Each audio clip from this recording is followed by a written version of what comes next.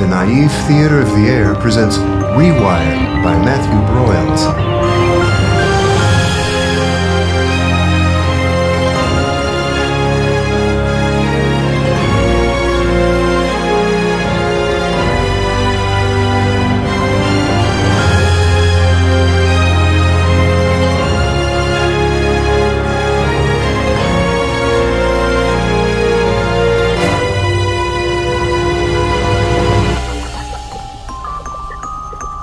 Episode 22, A Monster for a Monster.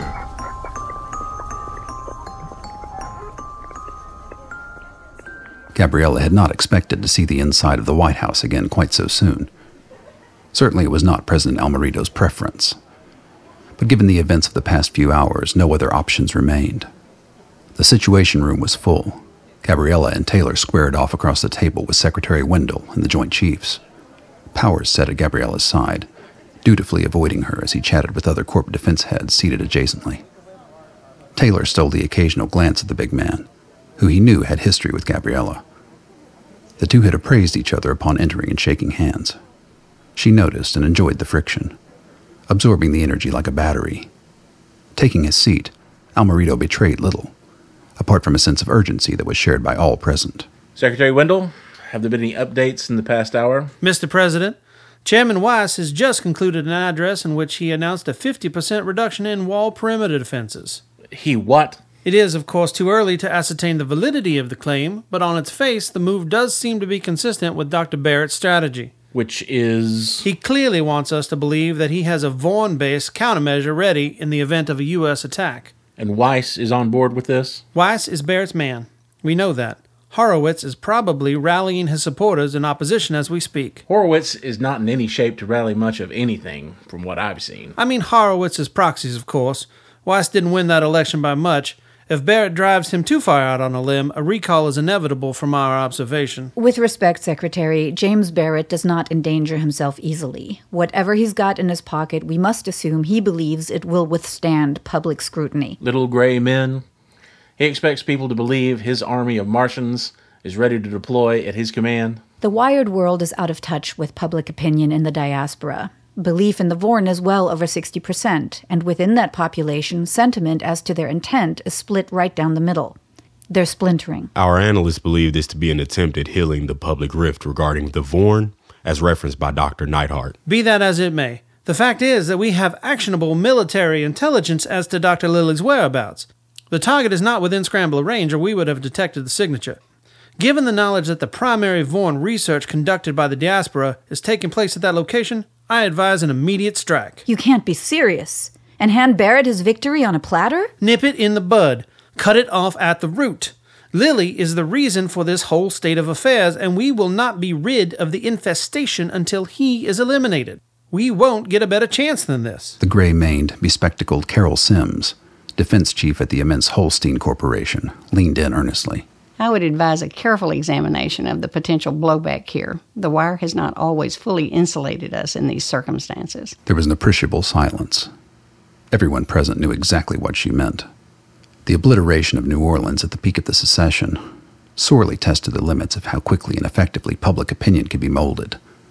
The wire worked in subtle ways, gearing people towards assumptions slowly, so that when events occurred, the window through which they viewed them was optimal for corporate and state stability. An all-out blitzkrieg on a large American city did not fit neatly into that window. New Orleans was a tourist hub, a place that many people in the wired world had been to personally and could picture in their minds. Shock at the destruction of the city and its people competed fiercely with accusations of terrorist activity and widespread anarchy. Despite the power of the wire, President Holloway had been forced into resignation 28 years ago, in order to quell the unrest among wired Americans. Foreign leaders, pressured by their constituencies, called for his head, along with many members of Congress. It was an ugly time that no one wanted to revisit. I assure you, ma'am, no one here is suggesting a full frontal engagement. Given the size of the target, a surgical TH-150 missile strike would be sufficient to neutralize the threat. TH-150? That's almost a nuke. There will be no mushroom cloud. No one outside the Republic and very few within has any idea where Aeolian is. Tears will not be shed. They will on the net. Nothing could possibly unite the diaspora nations more than the execution of Dr. Lilly again. We saw what happened the first time they thought we'd killed him. Then the worst-case scenario is a stalemate. Status quo. They stay on their side, we stay on ours. But this Vorn nonsense gets shut down, and then Lilly is out of the picture. That seems like something you ought to be in favor of, Dr. Neithardt. Except that this time Barrett has something. I know this man better than I ever cared to. He does not put his ass in the breeze for nothing. You think the Vorn are real? It doesn't matter. This is not about facts. This is about people and what they believe. I have spent 10 years wedging this fissure open, and you're suggesting we slam it shut before it breaks them apart. You don't think this new development does the same thing? It's Dr. Lilly who unites them. He's the one thing they agree on. And you don't find it suspicious that the video address we're arguing about was made by Barrett and not Dr. Lilly? Clearly Barrett is in touch with him. Believe me when I tell you the one person in this world who wants to publicly humiliate Waylon Lilly more than me is James Barrett. There is no way in hell that Waylon would allow those pictures to be released like that, without his own analysis accompanying them. This is a setup. A little defensive of him there, aren't you, Doctor? Look through the intel files from the reclamation. Barrett left plenty of bile behind, almost as much as I did. They are not friends. A lot of time has passed between then and now. Enemies of enemies become friends. They do while they face a common threat, but not when they are uprooted by wars between their own fanatical followers, which is exactly what Barrett is trying to stave off. So far, we have only heard one proposed plan of action. In the interest of a full array of options, might I ask what the NSA would recommend? Wendell hid his contempt poorly, but he did not speak. Almerido sat back, a momentary concession to the weight of the corpse. Gabriella had the floor. Quite simply, we bring this to a head. We make contact with Lilly and let him know we're on to Barrett's shenanigans. His response will tell us everything we need to know. You're suggesting we show our hand? Haley will have that place crawling with missile defense within hours. But they already know that we see them. Levi Haley is not an idiot. He's protecting Lilly from his own people, which at the moment he obviously considers a greater threat than us. Don't you think that tells us something very important? It tells me that we need to strike immediately. I wouldn't be a bit surprised if Haley was there himself. We could throw their entire command structure into disarray. Winning the battle, but losing the war. 2 martyrs worth of solidarity for the price of 1. Dr. Neithardt, if I may, I have seen a few things in my time, more than anyone here. No one argued her on that point. Gabriella leaned into her gaze, absorbing her attention fully. Taylor leaned back, not so comfortable with being in the path. It seems to me that there is something more fundamental in question here. The game of power is one thing. For all intents and purposes, we here in this room have won it. The diaspora, though occasionally unpredictable, causes no appreciable disruption in the flow of capital from wired citizens to our respective corporations. In addressing the question of rogue nations, we must keep their relative insignificance in mind. Secretary Wendell, no offense intended, but from my vantage point, the primary purpose of your position is to quarantine the diaspora. With respect, Miss Sims, we do much more than that. And you do it well. But given the relative size of the threat, the consequences of the actions you propose are potentially much larger than the problem itself. I appreciate that perspective, madam. However... Whereas the consequences of leaving the Vorn question unanswered are legion. You're not suggesting... I do not know what to suggest, as I'm not a scientist, but as a recipient of the rewiring procedure, I have a vested interest, as do we all, in a full and comprehensive understanding of its import. Let us not forget that we have supposed seers in our own ranks. As uncomfortable as that business with Mr. Power's predecessor was, we need not assume... I assume nothing. Knowledge is power. Assumption in the face of the unknown is the enemy of knowledge. Your own brain has been rerouted using techniques developed by the very man you wish to destroy, even as he seemingly attempts to address the idiosyncrasies in his design. Doesn't that bother you in the slightest? Wendell could not accuse the head of defense affairs at Holstein Corporation of madness. Not in front of these people. He shot the president a helpless look. Almerido searched the faces of the other corp representatives, but could find no clear indicator of which way the wind blew. There was nothing for it but to ask. We seem to be at an impasse here. Would anyone else care to comment? The conversation went on as one by one the corp execs expressed their best guesses. It was a mixed bag. Many were fearful of Barrett's prospective ace in the hole, but just as many thought he was bluffing. Others worried about upsetting black market cash flow and putting too much strain on the wire. In the end, as much as he hated to admit it, the president had to admit that Wendell's position of certainty was an outlier. If Almerido chose to defy the corpse, he would do so at great risk to his re-election prospects should the plan go south. It was clear that Gabriella shared his appraisal of the situation. Throughout the conversation, she turned the glow of her attention onto each speaker in turn. Almerido seethed at her audacity. And yet he was concerned that what she was saying made a bit of sense. Why hadn't Lily himself addressed the net? Almerido knew enough of Barrett to agree that he was a sly operator. The whole thing stank a bit, he thought. Perhaps he'd gotten caught up in Wendell's thirst for Republic blood. After all the participants had said their piece, the president sat up and folded his hands on the table. This matter will require a great deal of careful consideration. I appreciate everyone's input, and I assure you I will take everything you have said under advisement going forward. The defense secretary eyed him suspiciously. Almerido did not meet his gaze, instead rising to his feet, prompting the room to do likewise. On his way out, his eyes caught Gabriella's. The woman smiled. She knew he would be calling sooner than later. As the crowd bustled around her, she sat down unhurriedly and placed her phone on the desk in front of her. Wendell glared, gathering his things while Taylor shared a private conversation with Carol Sims in one corner. The woman noticed all of this on the periphery of her vision. Her eyes were fixed on the small device in front of her. She felt Powers nearby, mulling his decision over whether to engage her here or elsewhere. His decision was quick, and he departed. Snippets of conversation wound their way through the crowd, some indirectly aimed at her, some at the receding figure of Secretary Wendell. All hung tenderly upon barely hidden barbs. None were certain of what the president's decision would be. Only the woman would be able to tell them that, but they did not ask. The Situation Room was half empty when at last she saw the telltale glow upon her phone. Picking it up, she gave the message a cursory glance, pocketed the device, and strode out of the room. No one spoke to her as she passed through the crowd extruding out into the hallway. She was unimpeded in her ascent to the Oval Office, and unchallenged upon appearing before the receptionist. The door was opened, and she walked through. Almerido was on one of the couches in the center of the room, neither tense nor relaxed. His demeanor was a practiced art. He did not stand as she entered, and his expression did not change. She met his eyes as she sat on the couch opposite, and waited for him to speak. He did not wait long. We know quite a bit about each other, Dr. Neithardt. I'm well aware of the NSA's research into my family prior to my nomination. In fact, that level of meticulous detail is one of the reasons I kept Mr. Hockaday in his position upon my election. The woman said nothing. There was nothing to be gained from interrupting the inevitable flow that his decision-making process had embarked upon. A simple nod acknowledged his words. So it will come as no surprise to you that I have a dog in this fight. Only upon saying so did his eyes show a hint of something approximating concern. Nodding again, the woman unleashed a torrent of silence, to pull the words from his mind and into his breath.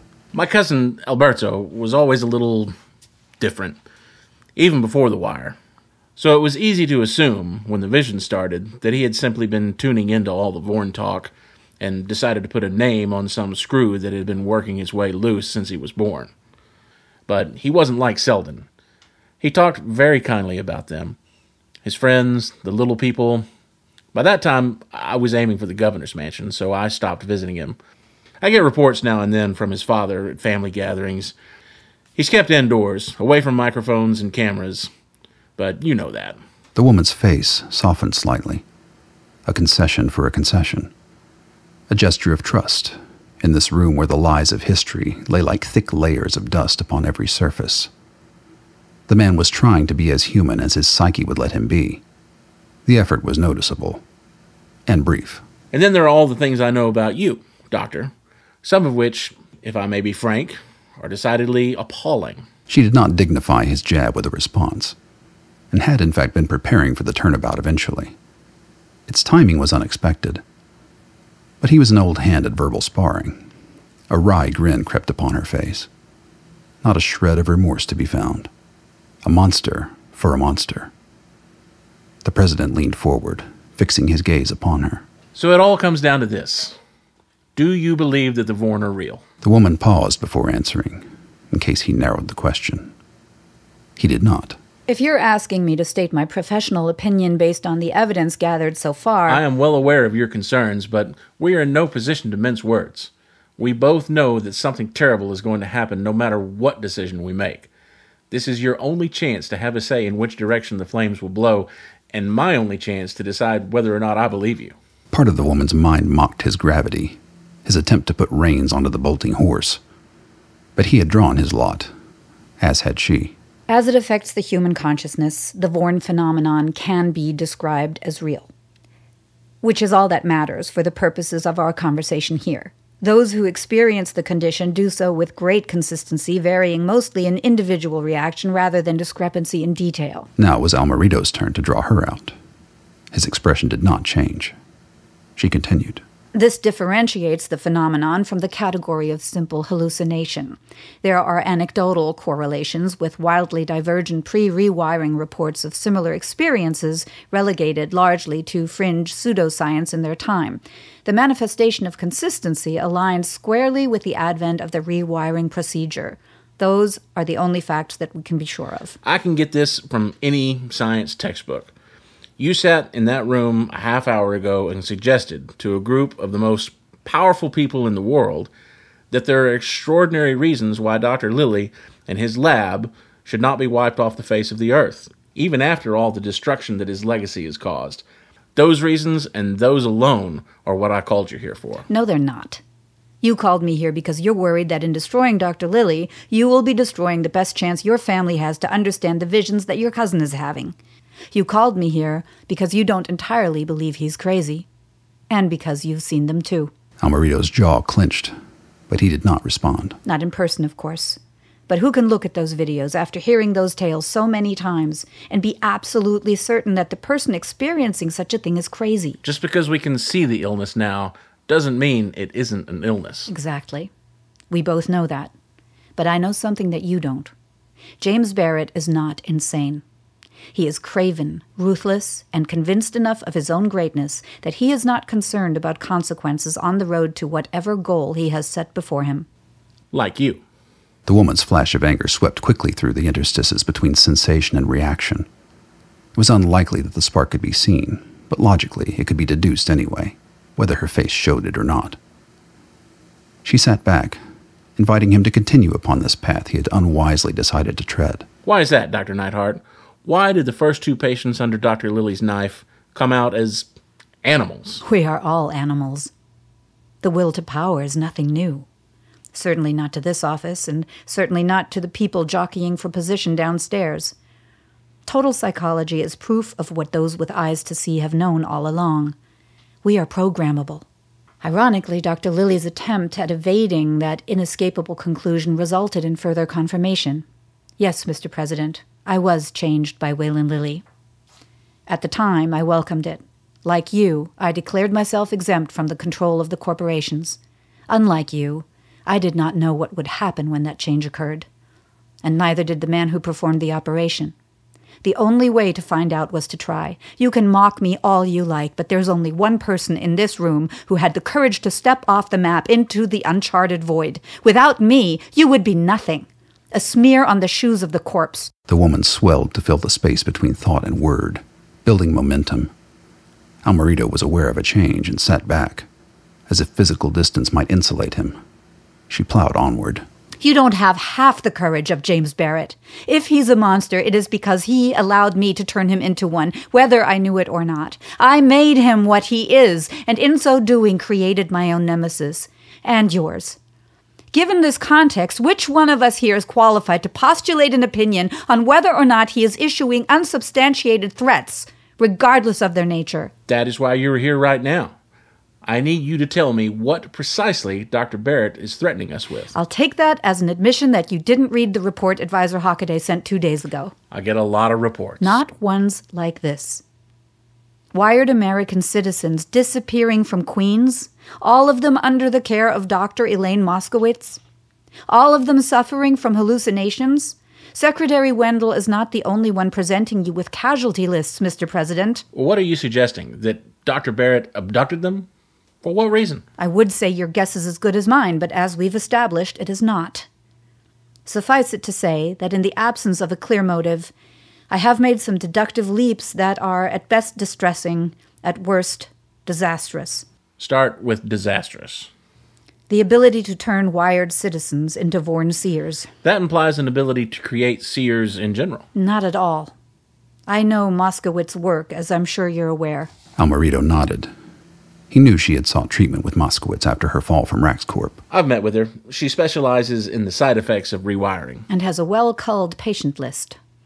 Anyone on her radar is a black swan.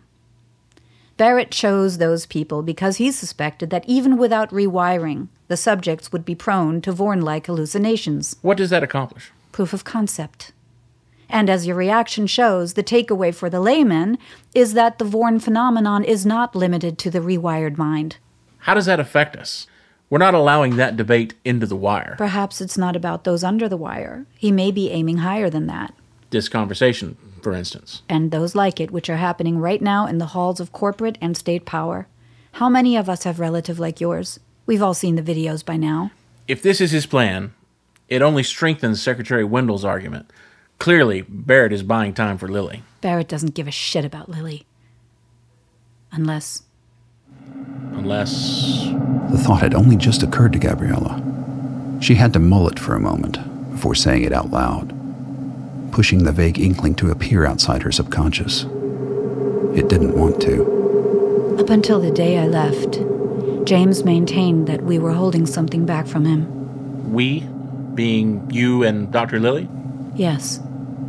And were you? She almost laughed. A catalog of all the lies she had told James, and Wayland for that matter, was too enormous to contemplate. Nothing scientific. However, I can only speak for myself. Do you have reason to believe Dr. Lilly was holding something back from both of you? Of course he was, she thought. It was impossible for him not to, obsessed as he was with directing the research compulsively into the mold which his mind had already designed for it, whether the reality fit or not. Only after running into his own blind spots had he realized the necessity of sharing the task with her and those who had become the team.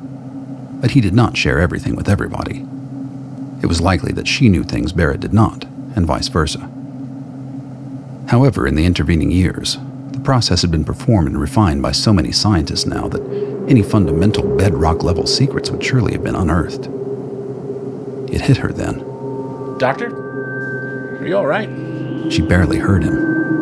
A thought was perched precariously on the precipice, dividing her mind between theory and the reality. Fundamental. Bedrock. That upon which all else was based. A process built for the purposes of altering consciousness, of changing how that which is perceived is processed, and thus how it is seen, or whether it is seen at all. Oh my God. Dr. Neithardt, what is it? What the hell did you just come up with? It's baked in. I mean, it could be. We have no evidence, but then maybe we can't. Slowly, a ghost of the thought began wafting through the president's head as well. His eyes widened. A back door? Her mind threw the thought against the wall, shaking it, probing it for holes, weaknesses. It was too big. No, too small. So very, very small. It would have to be. She willed her memory to recall something, anything, a telltale. I need a patient. A rewire? 2 patients. 1 of each. Her eyes still focused on an invisible impression, whispering to her in some dimension she could hear, but not see. Good ones. No outliers. The president pondered this. Pulling a couple of governmental functionaries into a lab on short notice was not impossible, but he was wary of who might be watching. He knew his staff had to contain corp spies, and after that day's meeting, surveillance would be bumped up significantly until a decision was made. A decision which he had still not made, he reminded himself, and cleared his throat. Doctor, after you get your patients, what kind of time horizon are we looking at here? Hours, months, maybe never. If James couldn't find it... That assumes there's something to find. We still haven't established for sure what Barrett's up to. It could be simpler. No. That's what he wants. He's put Wayland in a position to publicly accept or reject the Vorn defect as a legitimate discovery of an alien species. But Wayland will never stand for that. He will pull out every stop to get at the root of the problem. Everything. And James will be watching. He's already proven that he can. He booby-trapped Selden? He developed a way to broadcast small pieces of the ODA feed. Wayland would never send undocumented lab images, least of all via HPL. The whole thing is a trap. Doctor, either I'm starting to become paranoid, or you're onto something. I can get you your patients, but I don't know how long I can hold off the dogs if chaos breaks out. Abruptly, she was shocked back into the room. Mr. President, if you attack that lab, those secrets are lost forever. Is that worse than having them fall into Barrett's hands?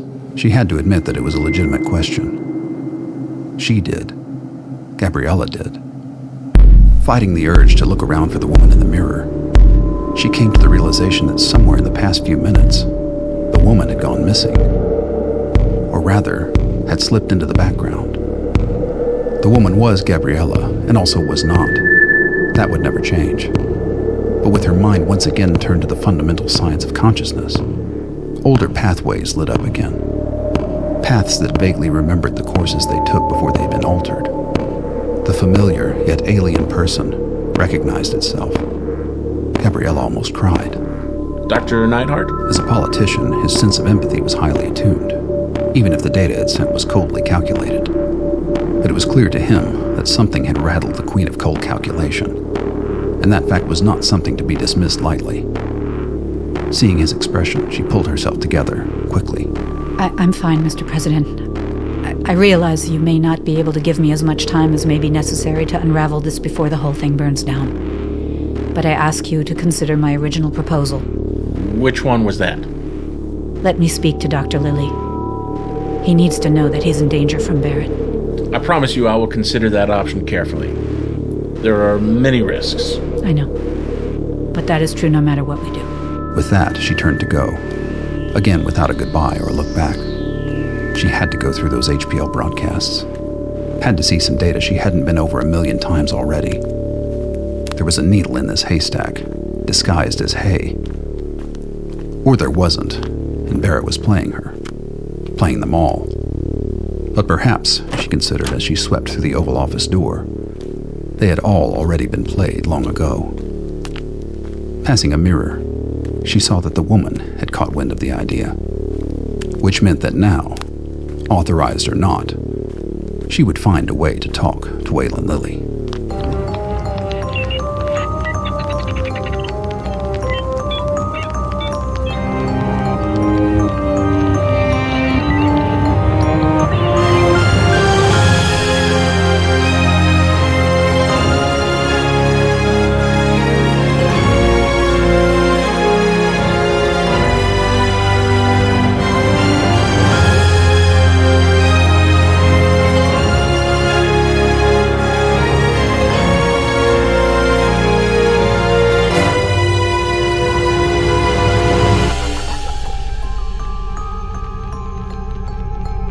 You've been listening to the Naive Theater of the Air performance of Rewired, featuring Jeffry Sims as President Arturo Almerido, Thomas Spencer as Secretary Wendell, Petra Wright as Dr. Gabriella Neithardt, Therron Coleman as Edwin Powers, Dewlene Broyles as Carol Sims, and Joshua Bucy as Taylor Hockaday.